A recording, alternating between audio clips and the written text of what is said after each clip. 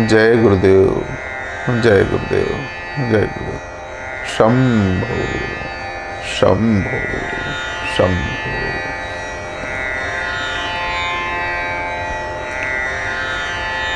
प्यारे साधक मित्रों,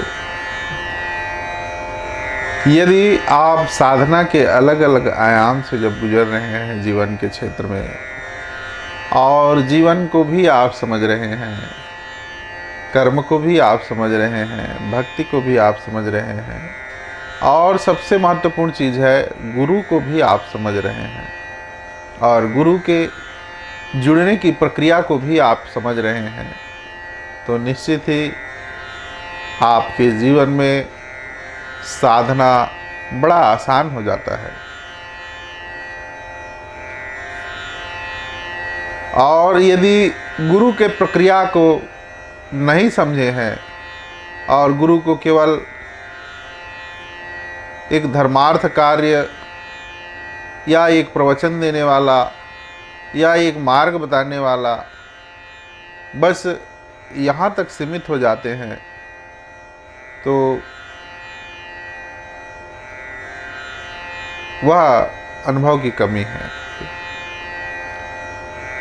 आपको उसको समझने के लिए थोड़ा सा और ऊपर उठना पड़ेगा, अपने चित्त के गहराई में और जाना पड़ेगा। गुरु अर्थात गुरु तत्व, वह गुरु तत्व जो अंधकार को मिटाने की क्षमता रखती है, प्रकाश की असीम ऊर्जा देने की क्षमता रखती है, जीवन के हर एक मार्ग को प्रकाशित करने की क्षमता रखती है, और भय के समस्त ग्रंथियों को नष्ट करने की क्षमता रखती है। ऐसे महातत्व को ब्रह्मांड में गुरु तत्व कहा जाता है। और ऐसे तत्व से जुड़ करके जो चेतना कार्य करती है, उस चित्त धारण किए हुए शरीर को गुरु कहते हैं। हमारा गुरु का शरीर नाम भले ही अलग होगा, अलग अलग नाम रहते हैं अपने अपने गुरुओं का, मगर उनकी गुरु तत्व एक है। इनका गुरु अलग, उनका गुरु अलग, उनका गुरु अलग, उनका गुरु अलग। सबके गुरु कोई भी हो सकते हैं, इसमें कोई भेद नहीं है। और अपने गुरु के अनुसार वह मार्ग भी चुन सकता है, अलग अलग भक्ति के मार्ग को, और अलग अलग गुरुओं के माध्यम से अलग अलग विधियों का प्रयोग भी कर सकते हैं, और अलग अलग विधियों गुरुओं के माध्यम से अलग अलग मार्ग का चुनाव भी कर सकते हैं। अलग अलग गुरुओं के माध्यम से अलग अलग वेशभूषा भी तैयार कर सकते हैं, ऐसा नहीं, इसमें संदेह नहीं है। क्योंकि यह भारत भूमि में न जाने कितने महापुरुषों ने अपने ज्ञान से इस जगत को प्रकाशित किया, और आज भी उनके ज्ञान के प्रभाव से यह जगत प्रकाशित हो रहा है, और आने वाले भविष्य में भी उनके ज्ञान विज्ञान के प्रभाव से उन महापुरुषों के यह धरती सदा प्रकाशित होते रहेगा, और सबका कल्याण करेगा, सबका मार्गदर्शन करते रहेगा। तो मैं बताना चाहता हूँ कि गुरु हमारा कोई भी हो, और गुरु हमारे चाहे कितनों भी हो, लेकिन हर गुरुओं के पास एक अनुभव और एक मार्ग जरूर प्राप्त होता है, एक ज्ञान जरूर प्राप्त होता है। वह बहुत ही प्रेम से प्रदान करता है। इसलिए पहले प्राचीन काल में सन्यासीगण, साधकगण विचलन करते रहते थे, अलग अलग क्षेत्र में, अलग अलग दिशाओं में, और अलग अलग क्षेत्र में विचलन करने का कारण यही था कि कोई साधन नहीं था मिलने का, जुलने का, और संपर्क का कोई साधन नहीं था। इसलिए भक्ति ही एक साधन थी, और भक्ति के माध्यम से अलग अलग क्षेत्र में विचलन करते हुए सन्यासीगण अलग अलग संत महात्माओं के सानिध्य में जा करके बैठ करके विश्राम कर करके उस ज्ञान को प्राप्त कर पाते थे। वह ज्ञान बहुत ही महत्वपूर्ण रहता था, जिसे योग्य साधक देख करके, योग्य सन्यासी देख करके संत जन उसको, उस ज्ञान को दे देते थे उनको। आज का जो हम लोग का विषय है वह है महामाया। महामाया, माया के रूप जब इस शरीर रूपी मंदिर में प्रकट होते हैं तो माया का रूप जो है माया शक्ति बन जाती है, और माया शक्ति बन करके माया चक्र बनता है, और माया चक्र के स्थापना से भगवान भोलेनाथ भैरव रूप धारण करके, भगवती जगदम्बा भैरवी रूप धारण करके समस्त इच्छाओं के साधक को शून्य कर देते हैं, और उनको केवल एक ही बोध कराते हैं। वह बोध है ईश्वर का, गुरु तत्व का, परमात्मा का, शक्ति का। उसके पश्चात विशुद्ध माया के विषय में भी मैंने पिछले प्रवचन में आपको बताया, विशुद्ध माया भी किस प्रकार से कार्य करती है। यह कतारबद्ध चलते जा रही है यह प्रक्रिया। आप एक को देखेंगे तो आप दूसरे को समझ नहीं पाएंगे, और दूसरे को देखेंगे तो आप तीसरे को समझ नहीं पाएंगे। यदि आप इसको देख रहे हैं तो इसके पीछे वाले समस्त प्रवचनों को आपको समझना पड़ेगा, देखना पड़ेगा, क्योंकि सब साधना की प्रक्रिया है, और साधना की बड़ी उद्गम प्रक्रिया है, प्राचीन प्रक्रिया है, जिसमें जो प्रक्रिया, जो परंपरा केवल गुरु मुख से ही प्राप्त होता था, और गुरु इस ज्ञान को कोई लिपिबद्ध, कोई छुपा करके रख करके रखने वाला ऐसा नहीं रहता था। वह ज्ञान उनके भीतर स्वयं ब्रह्मांड में विद्यमान रहती थी, और ब्रह्मांड से वह ज्ञान जब उनके लिए कोई योग्य तैयार हो जाता था साधक, वह ज्ञान उतर करके उनके में प्रवेश हो जाता था। यह उस प्रकार से लुप्त विद्याएं थी, प्राचीन लुप्त विद्याएं थी, जो गिने चुने साधक सन्यासी ऐसे मार्ग का अवलोकन कर पाते थे। हम लोग का यह मार्ग बहुत ही ऐसी सरल और सहज मार्ग है। इस मार्ग में ऐसा कोई कठिन नहीं है, बहुत ही सरल है, सुलभ है। जीवन के हर परिस्थितियों में रहते हुए भी आप इस मार्ग का पूर्ण अवलोकन कर सकते हैं। तो विशुद्ध माया के बाद महामाया, महामाया जो है, महामाया से आप सभी साधक परिचित हैं। महामाया एक दैविक शक्ति के रूप में स्थापित रहती है, और उस महामाया को प्रत्येक जन, प्रत्येक भक्तजन उनको माँ के रूप में पूजते हैं, शक्ति के रूप में पूजते हैं। और महामाया का जो स्वरूप है बहुत ही सहज और बहुत ही भयंकर भी रहती है। यह जगदम्बा भैरवी का वह रूप है जो रूप साधक के समस्त माया को अपने में समाहित करके उनके शक्ति केंद्र पर बैठ जाती है। और जब जब उस शक्ति केंद्र से साधक जुड़ती है कोई माया के रचना करने के लिए, कोई माया का बोध करने के लिए, कोई ज्ञान का बोध करने के लिए, तो वह माया, महामाया दैविक रूप धारण करके उस साधक के जीवन में प्रकट हो जाती है।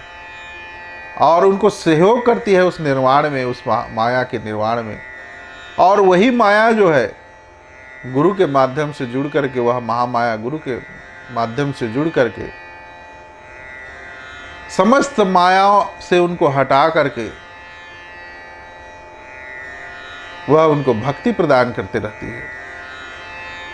महामाया का जो निर्माण है इस घट रूपी शरीर में एक ऊर्जा का पिंड है और एक ऊर्जा से भरा हुआ एक केंद्र है, जिस केंद्र में केवल मनुष्य अपने अलग अलग इच्छाओं को लेकर के जाने का कार्य करता रहा है। साधक जो है अलग अलग इच्छाओं को लेकर के उस केंद्र में जाने का प्रयास किया रहा है, मगर गुरु शक्ति जागृत होने के बाद, माया शक्ति जागृत होने के बाद, माया चक्र जागृत होने के बाद, विशुद्ध माया जागृत होने के बाद जब महामाया प्रकट होती है तो उस साधक के जीवन के समस्त माया को अपने से जोड़ करके उस साधक की इच्छाओं को पूर्ण रूप से खाली कर देती है और उनके इच्छाओं में तनिक भी ऐसा कोई भाव नहीं रहता जिस भाव से वह संसार को और आध्यात्म को कोई नुकसान पहुंचाए। आज हम अपने ग्रामीण क्षेत्र में या अपने अलग अलग क्षेत्रों में जब जाते हैं तो उसी महामाया को देवी के रूप में, माँ भगवती जगदम्बा के रूप में अलग अलग क्षेत्र में स्थापित रहता है। और जब गांव में वह स्थापित रहता है तो गांव के विकास के लिए वह स्थापित रहता है। गांव के ऐसे निगेटिविटी या ऐसे रोगों से गांव की जो समस्याएं ग्रसित ना हो कह करके, उनका जीवन बहुत ही सुखमय हो कह करके, उनके फसलों में वृद्धि हो ऐसा कह करके, और अलग अलग प्रक्रियाओं के लिए उस दैविक शक्तियों को यौगिक प्रक्रिया के द्वारा स्थापित करके उस शक्तियों का भरपूर संचार किया जाता था योगियों के द्वारा। मगर कुछ समय बाद देखा गया कि साधक लोग अपने अलग अलग इच्छाओं से भरते जा रहे हैं और अलग अलग इच्छाओं से भरते हुए केवल वह देवी एक माँ के रूप में, एक जगदम्बा के रूप में और शक्ति के रूप में बस स्थापित है। बाकी उसकी साधना प्रक्रिया से और गहराई की प्रक्रिया से आम जन बिना गुरु के सहयोग के नहीं जुड़ पाते थे। इसलिए यह महामाया योगियों की योगिनी है और योगियों साधकों की योगिनी बन करके, माँ बन करके, भक्ति बन करके, शक्ति बन करके, क्रिया बन करके, योग बन करके, भाव बन करके कुंडलिनी के समस्त शक्तियों को ऊपर उठाने का कार्य करती थी।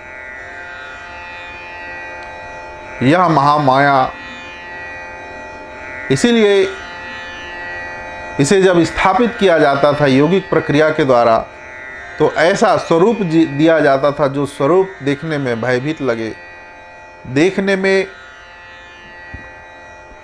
विचार शून्य हो जाए, केवल एक ही भाव आए कि माँ किसी भी तरीक़ा से हमारा कल्याण कर, किसी भी तरीक़ा से हमारी रक्षा कर।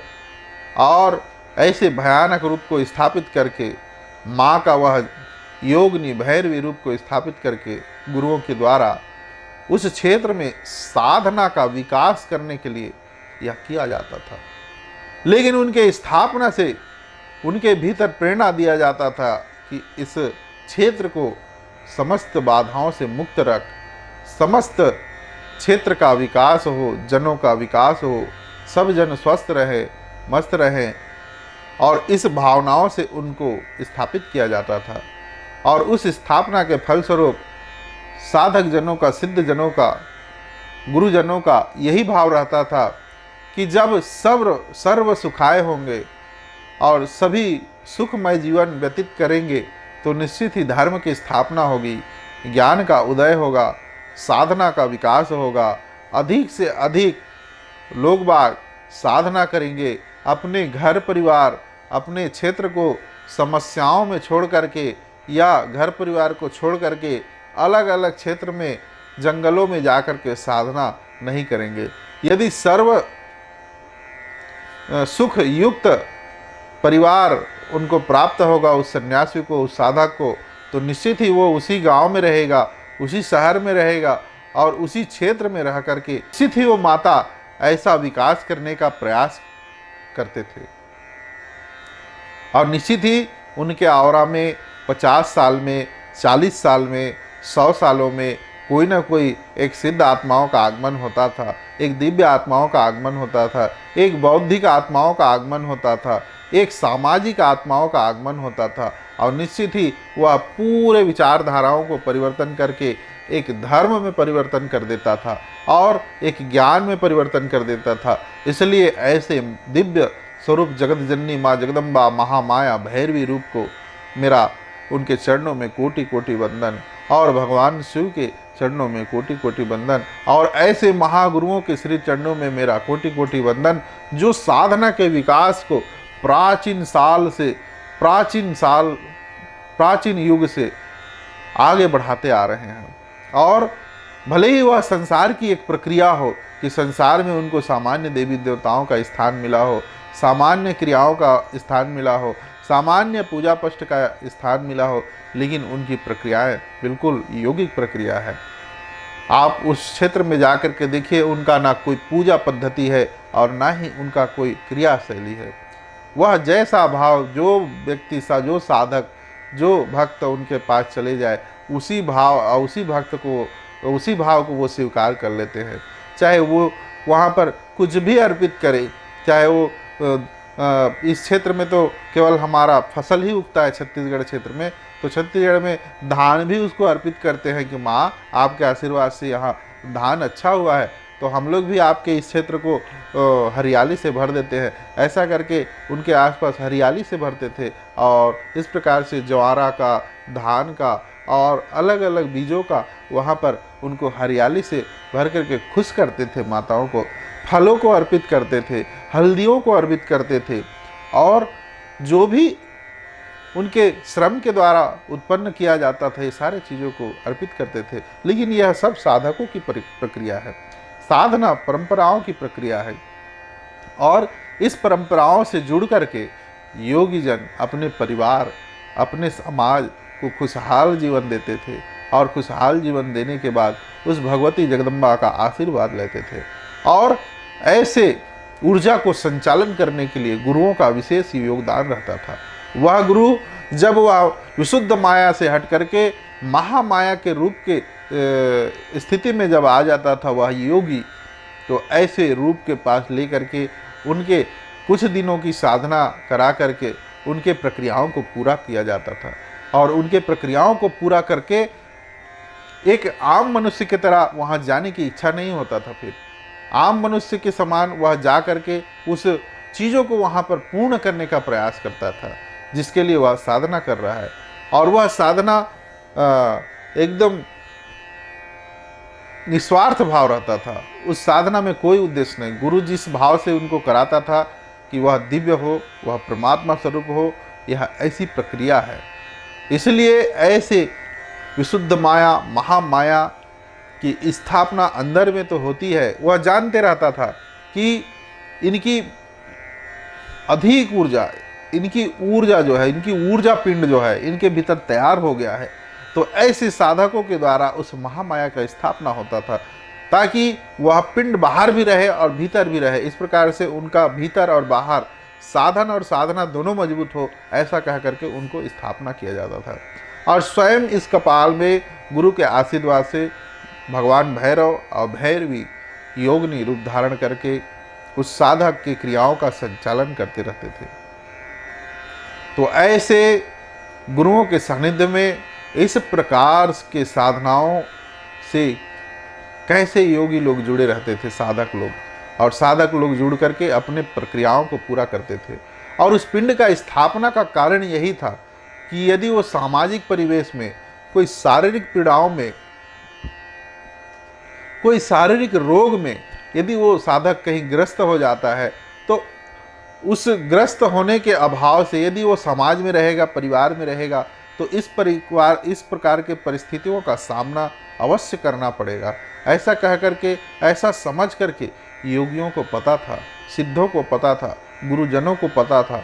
इसलिए गुरुजन लोग ऐसे पिंड, जैसे ही वो पिंड तैयार होता था उस साधकों के द्वारा, तो वो साधक कहीं भी रहे, कोई भी क्षेत्र के रहे, उस क्षेत्र में उस चीज़ों का स्थापना हो जाता था। और सबसे उत्तम चीज़ था उस समय स्थापना के लिए शिला, पाषाण, पत्थर के स्वरूप को ऊर्जा से भर करके उसको एक अलग स्वरूप दे करके उसमें उस ऊर्जा पिंड को ऊर्जा को स्थापित किया जाता था। लेकिन इसमें एक चीज़ समझने वाला आपको बहुत अच्छा अवसर मिला है कि उस पिंड के स्थापना से उस साधक के भीतर के ऊर्जाओं का कमी नहीं होता है, बल्कि और बढ़ती है। उनकी ऊर्जा और बढ़ती थी और क्षमताएं बढ़ जाती थी, क्योंकि जैसे ही वो स्थापना होता था और उसमें प्राण प्रतिष्ठा होता था योगिक प्रक्रिया के द्वारा, तो प्राण प्रतिष्ठा जैसे ही होता था तो उनके चक्र और उनका चक्र सामान्य हो जाता है।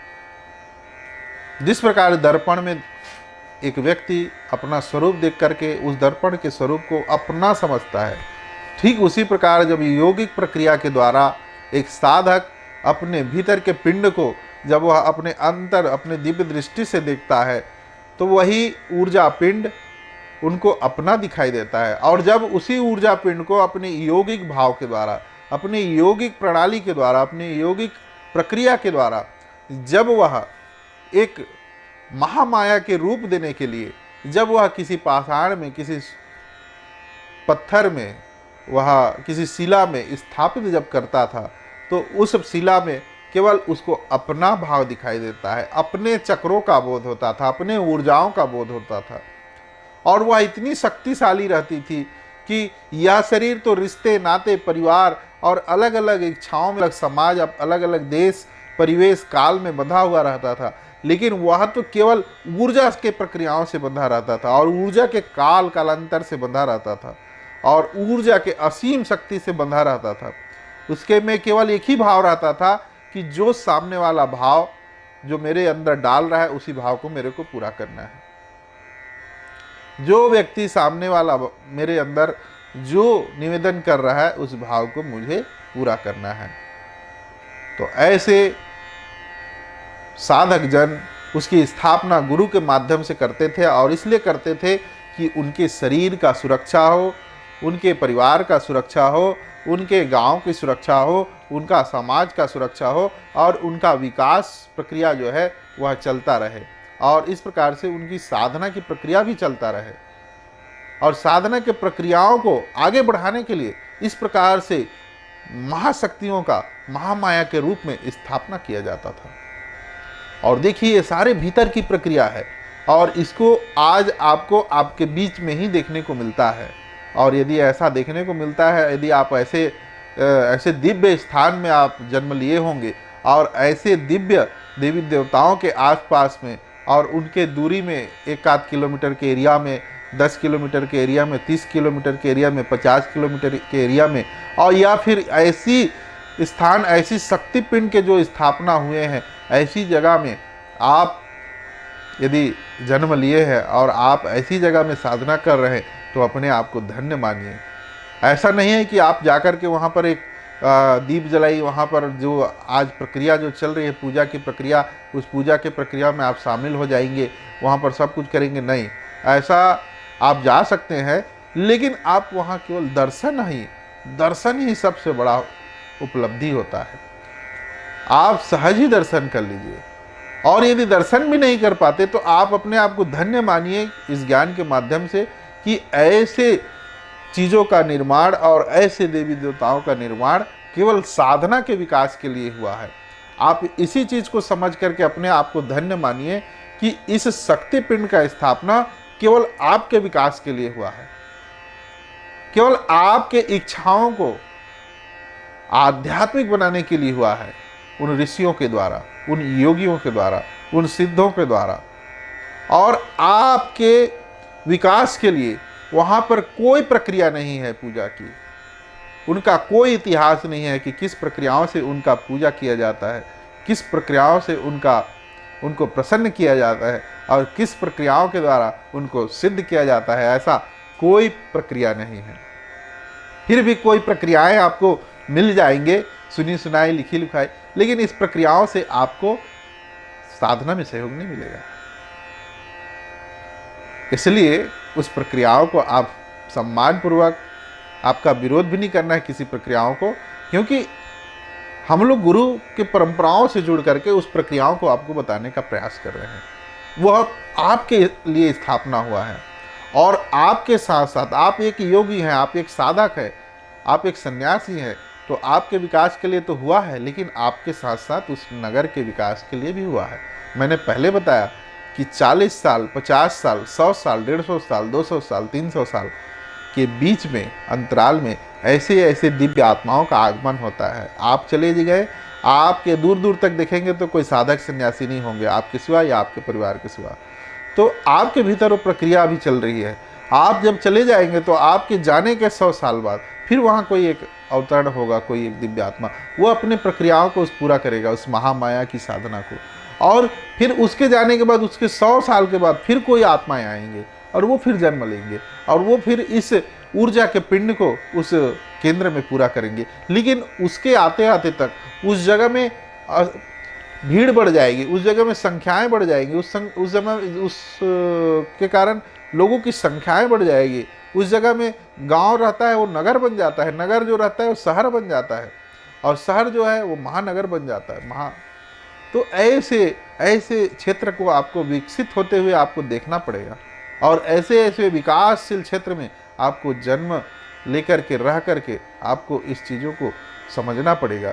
तो मेरे प्यारे मित्रों, मेरे साधक मित्रों, कि गुरु परंपरा के द्वारा जो चीज़ आपको ज्ञान मिल रहा है उस ज्ञान को आप सहज समझिए, सरल समझिए और सहज सरल समझ करके सहज हो जाइए।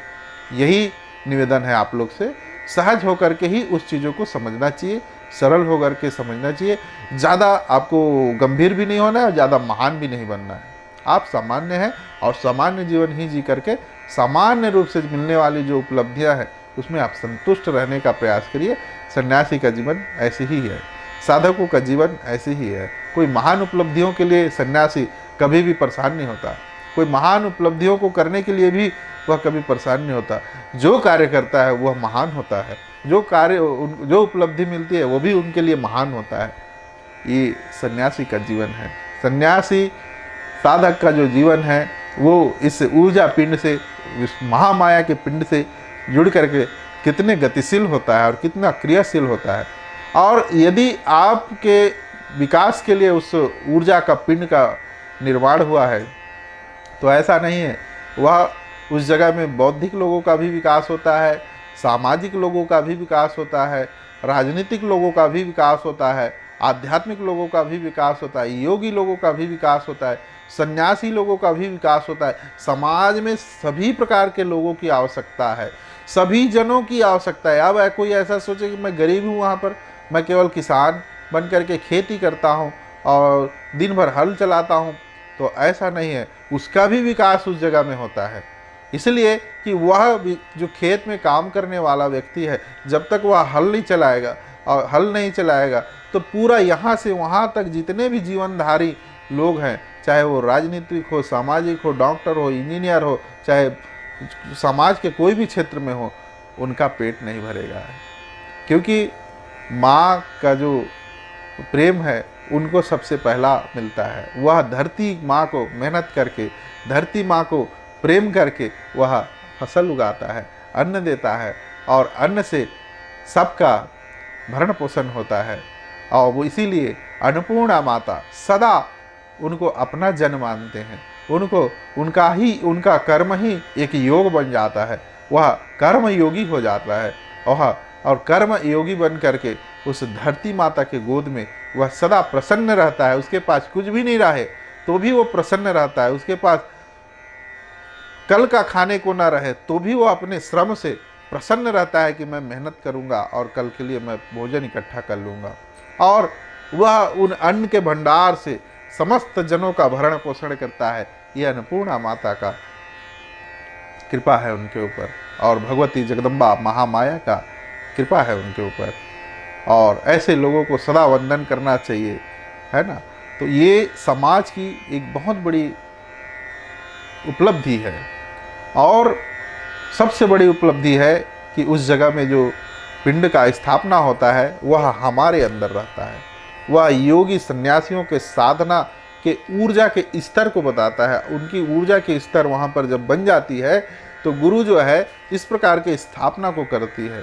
यदि इस प्रकार की स्थापना को नहीं करती, सामाजिक परिवेश ऐसा उनका नहीं है, उनका आध्यात्मिक परिवेश ऐसा नहीं है, तो गुरु वह स्थापना नहीं कराती। और वह गुरु उस महामाया को उसके अंदर में अलग अलग कोषों में फैला देती है और अलग अलग कोषों का, अलग अलग इंद्रियों का उनको नियंत्रण दे देती है। और अलग अलग इंद्रियों का नियंत्रण करा करके उस भगवती भैरवी जगदम्बा को निवेदन करती है कि आप इनके स्वरूप में आने वाली समस्त इच्छाओं को इनके लिए जीवन में पूरा करिए और इनके साधना को मार्ग दीजिए। इनकी साधना का समस्त क्षेत्र प्रकाशित रहे। ये कोई भी मार्ग का अध्ययन कर ले, इनके लिए कोई मार्ग का भेद ना रहे, यह समस्त मार्गों का ज्ञानी हो जाए, ऐसा कह करके उनको निवेदन करता है। इसलिए भगवती महामाया का स्थापना घट में होता है। और घट अवघट में अंतर का हो, जब शून्य नाम का बोध पायो। तो शून्य नाम जो है शक्ति से भरा हुआ एक पिंड है जो साधक के अंदर जागृत हो जाता है। और साधक जो है माया शक्ति, माया चक्र, माया शक्ति के स्थापना के बाद, माया रूप के स्थापना के बाद माया शक्ति का जागरण होता है। और माया शक्ति के जागरण के बाद माया चक्र गति करती है।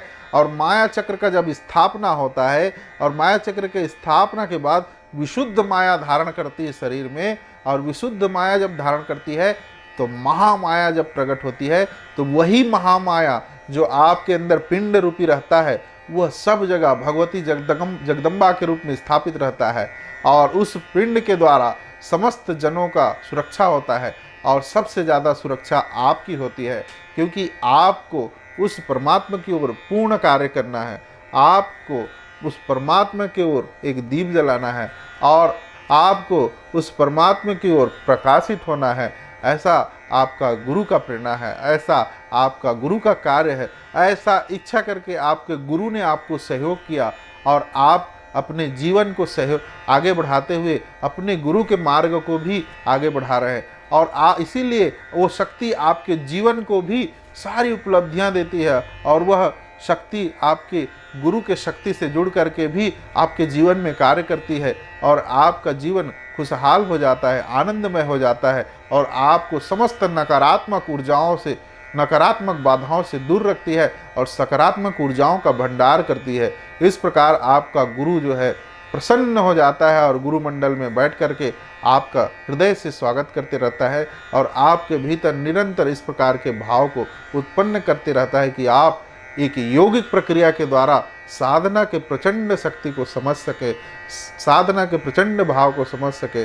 इसी प्रकार से महामाया का स्थापना इस महाशरीर में महामाया के रूप में होता है। तो भगवती जगदम्बा भैरवी की जय। शंभो शंभो शंभो शंभो।